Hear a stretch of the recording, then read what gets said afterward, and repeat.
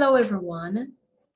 I am your friendly mentor, Tidra Morris, and today I am going to be sharing with you how, as a beginning teacher, you are able to create your e-portfolio. It is really a simple process, and I'm going to show you how you can do so successfully. Now, we're going to be creating our portfolio using Google Sites. So that's the first information that I'm going to be sharing with you. I'm going to be sharing my screen so that you can follow every step of the way. So now you should be seeing my screen now, and what you're seeing is a blank Google page. You type into your search engine, which could be Chrome or Firefox, but I recommend Chrome for what we're going to be doing. So we're going to first need we first will need to create a Gmail email, because all the applications that we're going to be working with will be related to Google. So we're going to create a Google or a Gmail email, which we simply need to type in create a Gmail account. And just like that, you're going to click create an account and put in your first name, last name, what you want your email address to be, your password, and your email should be created just like that. Now that our email is created, I'm going to be resharing my screen so you can take a look at what you will be seeing. So our email is created, and in the corner, you'll see a letter or an icon that represents your first name, for example. And of course, we now want to go to our Google Drive. You'll see Drive. So you click these 9 dots right here, and you're going to go to your Drive. In your Drive, you would have been storing, in your Drive, you're going to upload a folder of everything that you have been documenting since the beginning of your teaching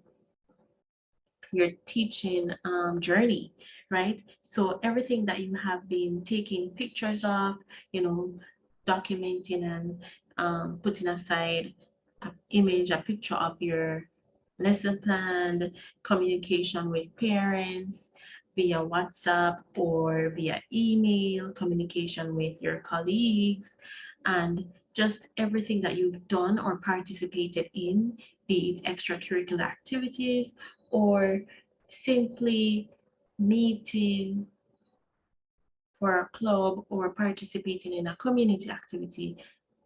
Every part of your teaching journey should be documented, right? By a photo or maybe by a written document, of course, that is able to be signed off on by your superior to say that this is legitimate. So now we would have been collecting everything and we saved it on our flash drive, or we saved it on our desktop or in documents, and now we're going to upload it to our drive. So we go to this plus sign, the plus sign that says new, we click it, and we're going to be uploading that folder. I saved mine on my desktop, and now I'm going to select it. The folder for me is called evidence of teaching, and I'm clicking that, upload, and I'm just going to wait on it to be uploaded here in my drive. The reason why we're getting this done is because we're going to need all of these documents in one place when we're creating our e-portfolio website. Now it says that it is complete. So these are all my sample documents that I'm going to be using. And of course, they are in my drive. Now that we've done that, let's get to the most important thing that we're going to be doing, creating our e-portfolio or we can call it our website. So now the application, the name of the application is Google Site. Google Site. Perfect.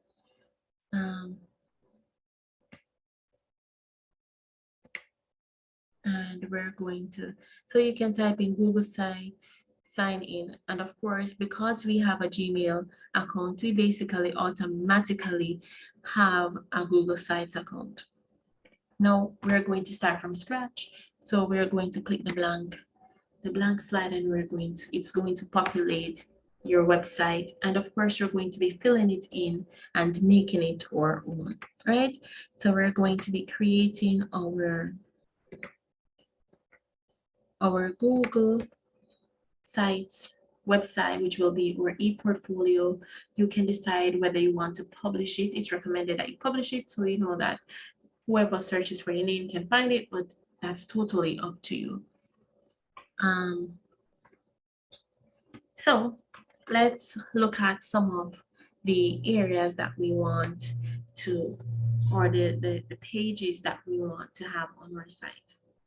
So the first site will introduce who you are, and we can call that our home page. That could have an introduction of who we are. And then for this page, which is our home page, you know, it could have your banner, which we're going to create in a little bit, your name, your logo right here. It can be a picture, or it can be a created logo. And of course, I'm going to show you how to create your logo in a while. Your website name, which could be, let's say our name is Jane Doe, Jane Doe's e-portfolio, right? Now we have our e-portfolio, and you can write your name here as Jane Doe, or you can create a banner where you're seeing all blue. You can create a banner, and I'm going to show you a website that you can use to create your banner. Specifically, the website is Poster My Wall. I like using it because it's quite flexible, and you're going to place your banner where you're seeing all blue now. And of course, you could just delete Jane Doe, because possibly your name would be on that banner. All right, so now we have our first page. In the home page, so your home page, you can decorate it how you want. You can create your fancy banner. And then for here, for the home page, I would do sub pages, because of course we're still introducing yourself. And you could do, who is Jane Doe? And you could have your autobiography here. Right? You could have another subheading.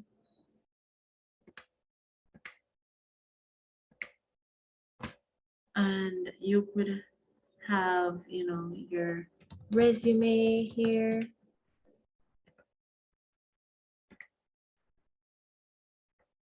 Another subheading, and you could have your qualifications here. Right? That's totally up to you how you will design it. All right, so that is home.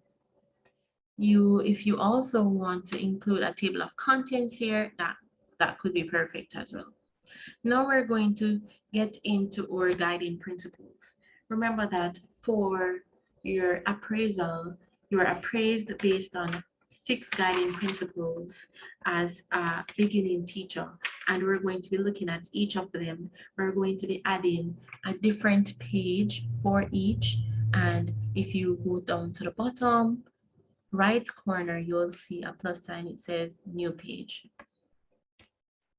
You left click and you're going to add the name of the page. So we're going to add each guiding principle separately.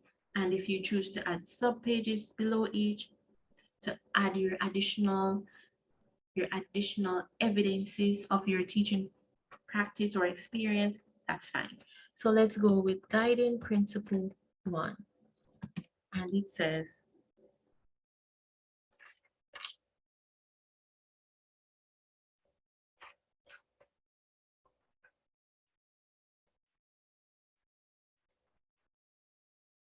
guiding principle 1 is all about the teacher knows the subject that he or she teaches. And of course, we're going to type it in. If you want to just write GP1 or guiding principle 1, that's fine. But then we need all the evidence that the teacher actually knows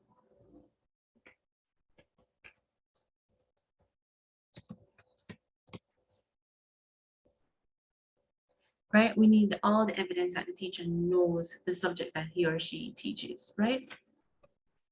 Let's get to the second page and we're going to name it GP2. And of course, GP2 has to do with the teacher knows how to teach a subject. Of course, you know that you can know how you can have the qualification to teach a subject, but it's quite different to have the know-how, right? And so guiding principle 2 will take care of that particular aspect. As I said, you can write up the full information, or you could just have GP1, GP2, or you could have the full word guiding principle 1, guiding principle 2. So for the others, I'm just going to have GP 3, 4, 5, 6. So for GP3,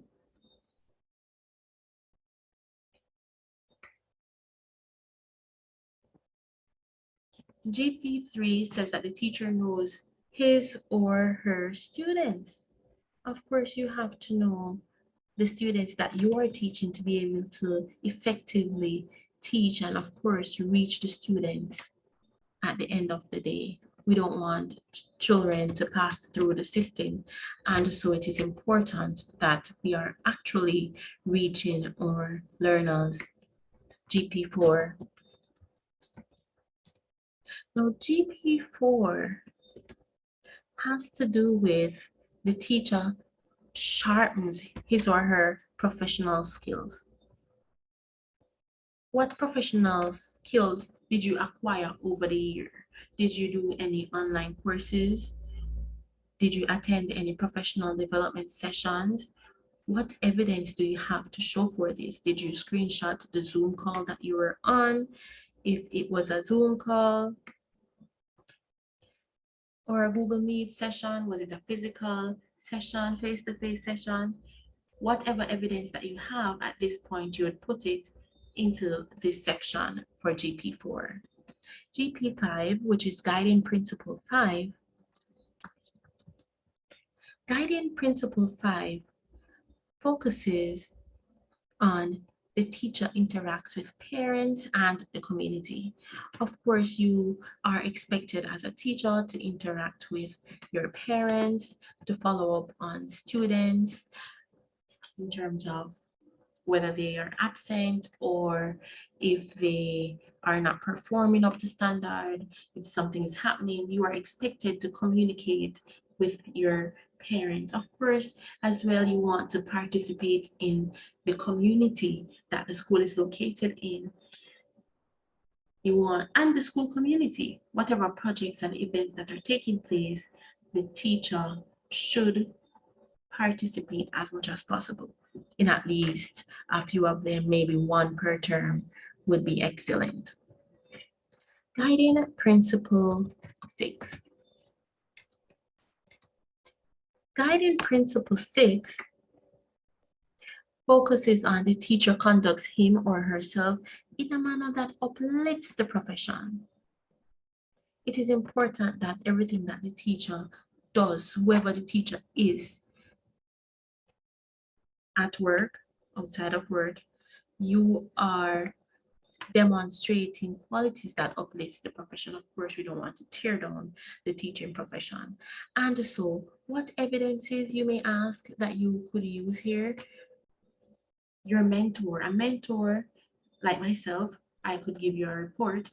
Um, your peers, your colleagues could give you a report, an assessment, could do an assessment of you as a teacher, your guidance counselor, because you know you would have interacted with these individuals for your students' purposes. As a form teacher, as a classroom teacher, you would need to interact with the guidance counselor.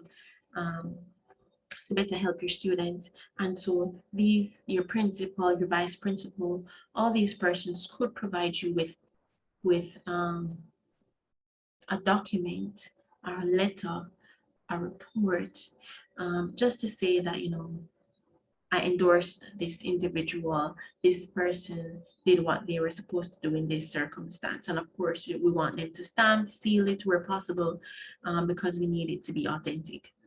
You can get a reference letter from your principal or vice principal, your head of department, right? Those are the persons that could, you know, assist you in coming up with your evidences for guiding principle 6. So now that we have all our pages, for example, let's go to guiding principle 1. So for guiding principle 1, it says the teacher knows the subject or subjects that he or she teaches. Of course, some of us don't teach just one subject. I teach 3 subjects: English, literature, and Spanish, English language, English literature, and Spanish. And of course, I am working on teaching French. So soon I'll be qualified so that I'll be teaching maybe a 4th subject. No, um, you need evidence. So I would create some at a sub page, and for that evidence, for guiding principle 1, we could have evidences such as or qualification, a certificate in Spanish, right? Sample of your subject goals, your action plan that you'd have created at the beginning of the year. Your mentor's report. Your mentor would have given you a report. You could include it here. Your peer assessment, your colleague in the department could have assessed you and you could include it here. Sample of your lesson plan could be included here. Student report could be included here as well. And any other relevant documents any other relevant assessment documents could be included as a subheading. So we're going to add 3 subheadings. We're going to add certification as one.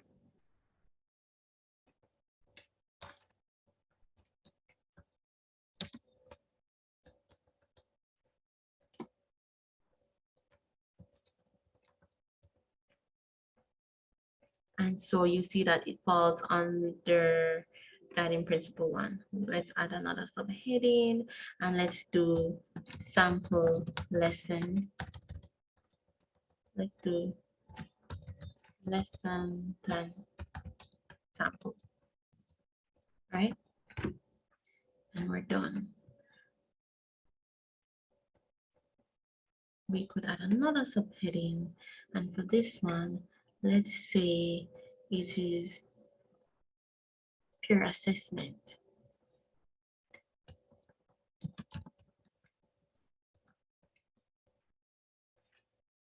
And of course, for GP1, we would have added some evidences here. Now, we're going to be uploading some examples. So let's upload a certification. So we're on the certification tab. Now we're going to go to insert. It's beside pages at the top right corner.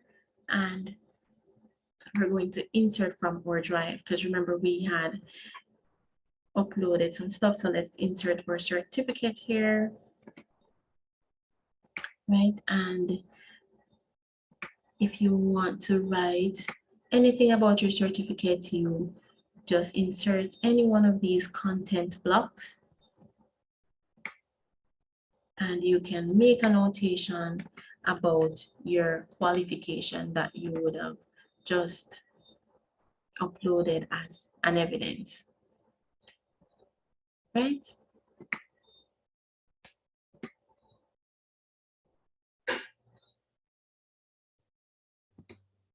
So let's go back to the content block. We have selected that content block. We're going to go back to our drive. We're going to select our teaching diploma or bachelor's, and we're going to put it there, right? And we are going to write, give a little description. So let's put the title of the qualification here, and we could put the description here. And that's it for guiding principle 1, the certification. Of course, if you have other certifications, feel free to add them here as well. You would need to add other content blocks. You can add as many content blocks as you wish, and you can add all your qualifications and certifications there. Now, a sample lesson plan.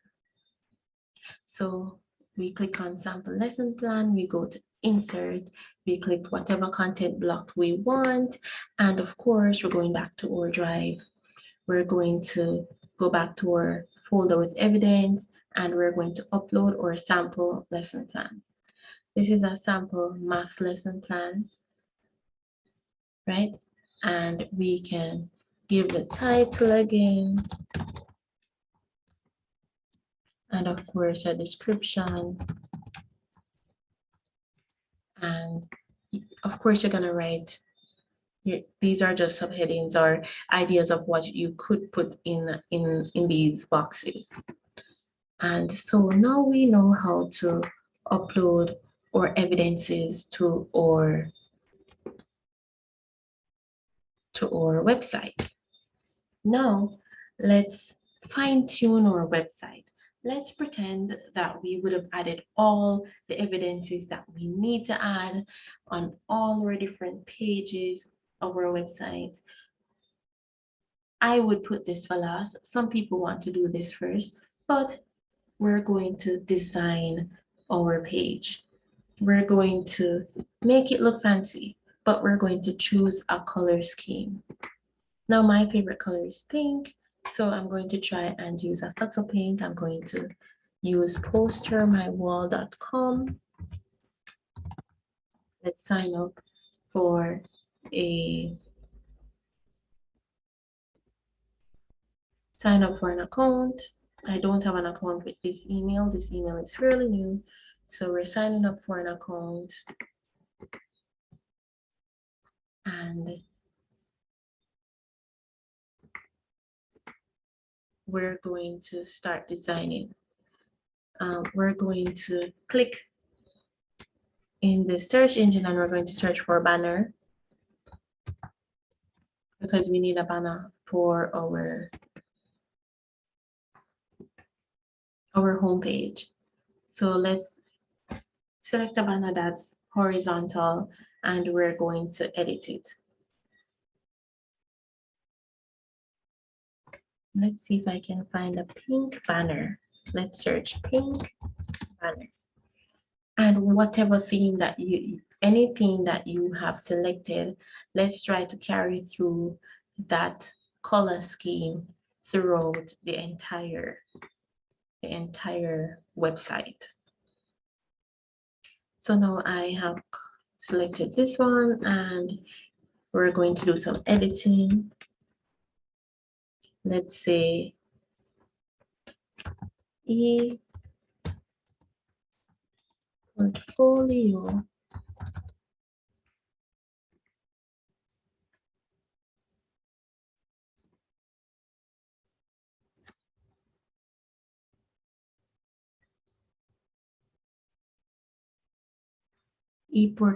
of, and we're gonna write Jane Doe.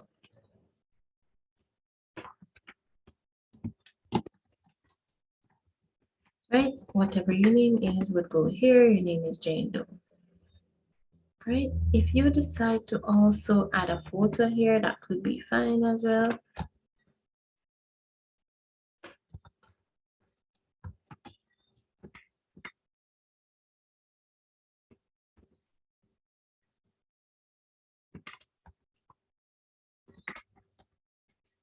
Maybe you want to add your qualification, your professional qualifications. You probably could as well. Let's say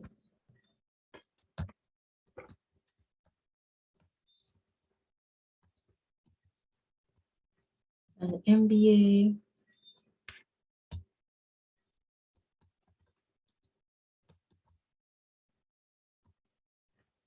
Bachelor's of Education, whatever your qualification is, you probably would want to add it here as well. And without adding our photo, let's see, maybe we can make this a little bigger.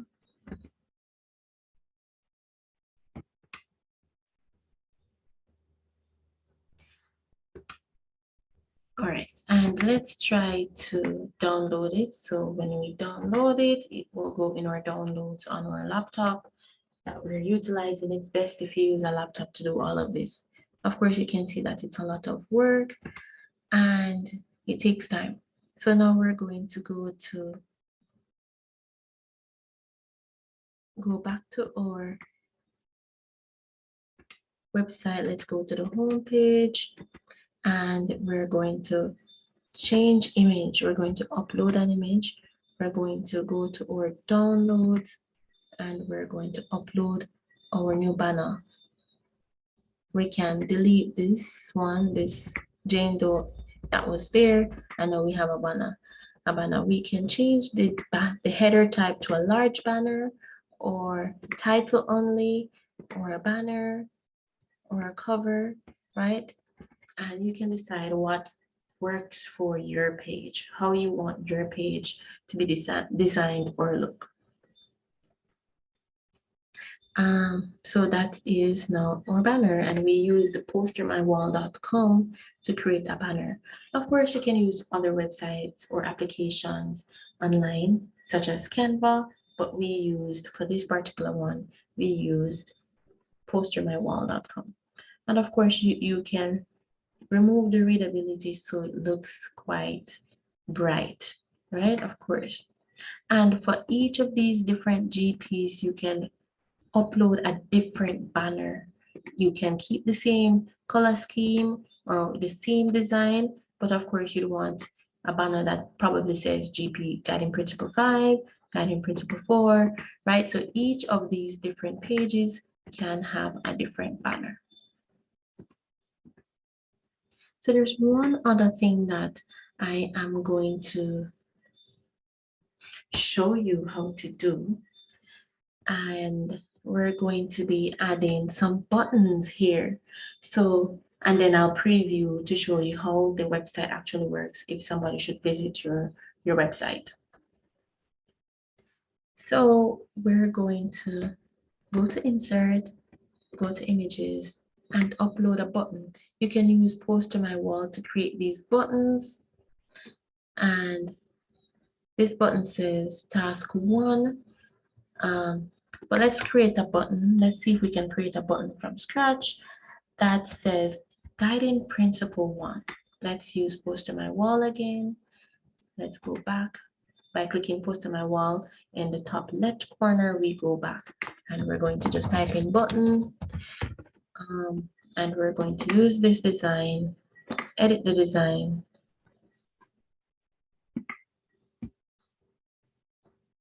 And here, we're going to say Guiding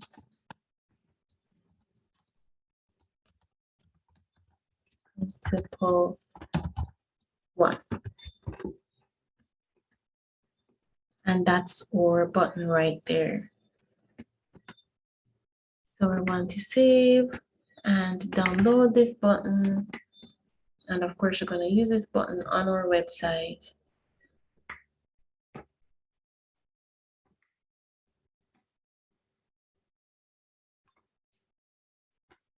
So that particular button was saved on my laptop, but of course I could upload it to my drive first. So now it says guiding principle 1. I'm going to just tap on it, and you notice a tab comes up here with what looks like a crop and uncrop. So crop, uncrop, insert, remove. What we're going to do is press insert, and we're going to link guiding principle 1 to GP1, which is guiding principle 1. So if someone should preview, and we're going to go to the top of our page, extreme top, and we're going to look at this hangman symbol right here, and we're going to click on it. That's preview. If we should click on preview, we're previewing the page. This is how someone that's visiting your website would see it. Of course, you could add all the guiding principles here, guiding principle 1 to 6. And of course, if someone clicks on guiding principle 1, it takes them exactly to the page, the first page, and they can see your introduction of the guiding principles here, and then of course they can just follow through. If this one was linked to guiding principle 2, then it would take them exactly to guiding principle 2, right? So you can link them like that.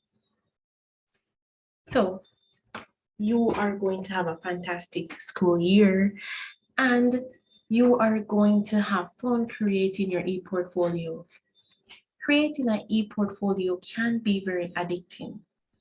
As soon as you start creating, you're seeing so many other things that you can add to it. You are going to fall in love with your portfolio, your profession, and who you are as a teacher.